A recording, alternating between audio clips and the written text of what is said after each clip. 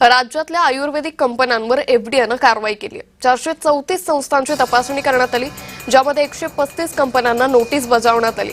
10 आयुर्वेदिक कंपन्यांचे परवाने कायमस्वरूपी रद्द करण्यात आले। राज्यात एफडीएच्या कारवाईचा दणका हा सुरूच असल्याचं पाहायला मिळतंय। त्यामुळे एफडीएनं या औषध कंपन्यांवरही कारवाई केलेली आहे। 10 कंपन्यांचे परवाने कायमस्वरूपी रद्द केलेत।